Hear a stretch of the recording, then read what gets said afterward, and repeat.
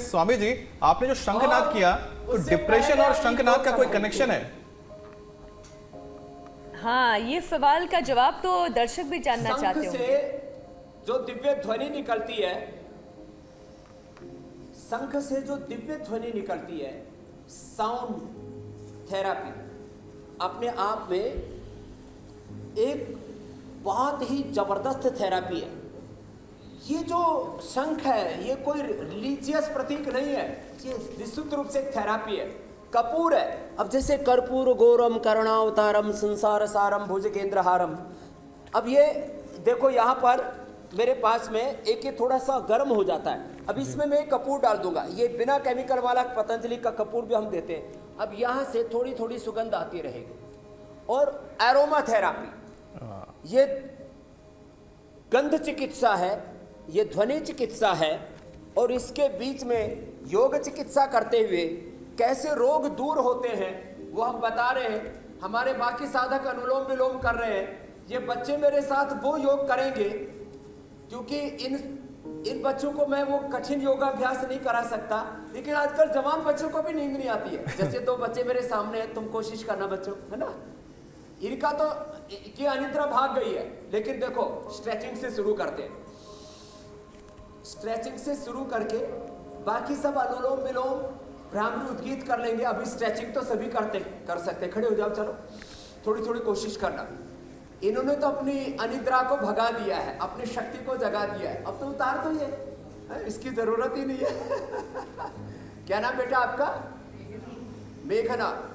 इस मेघना को भी अनिद्रा की समस्या थी, इसने हटा दी अपनी।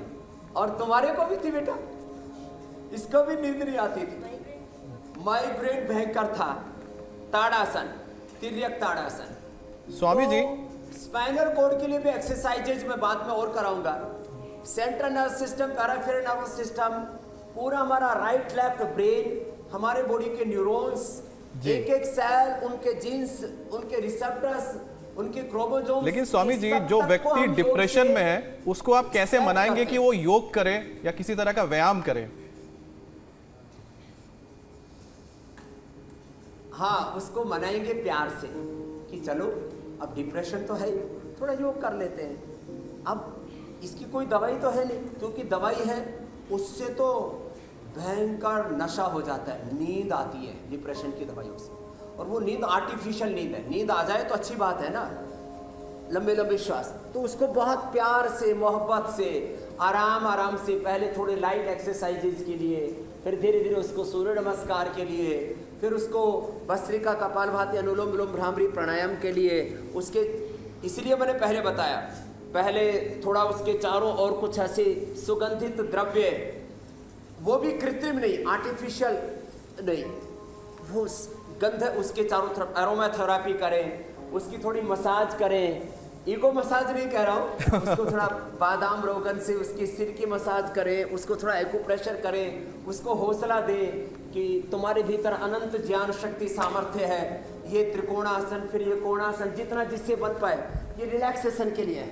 बॉडी को, माइंड को रिलैक्स करते हैं। इतनी जबरदस्त नींद आएगी। देखो, नींद न आने का एक कारण है शरीर को थकाते ही नहीं, तो फिर सोएगा कैसे? शरीर को पूरा थकाओ, श्रम के बाद विश्राम अपने आप होगा। प्रार्थना तभी घटित होगी जब पुरुषार्थ होगा। निवृत्ति की प्राप्ति तभी होगी जब प्रवृत्ति की पराकाष्ठा होगी।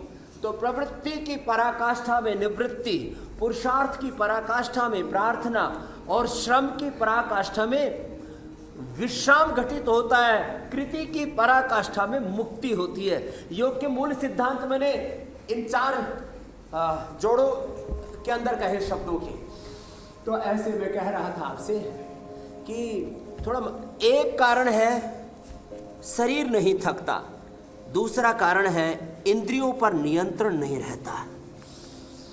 लंबे लंबे श्वास, इंद्रियों पर नियंत्रण आएगा, मन पर नियंत्रण आएगा, विचारों पर, भावों पर, संवेदनाओं पर, राइट लेफ्ट ब्रेन के ऊपर, थॉट्स के ऊपर, इमोशंस के ऊपर, एनर्जी पर नियंत्रण आएगा। फिर अनिद्रा रह ही नहीं सकती।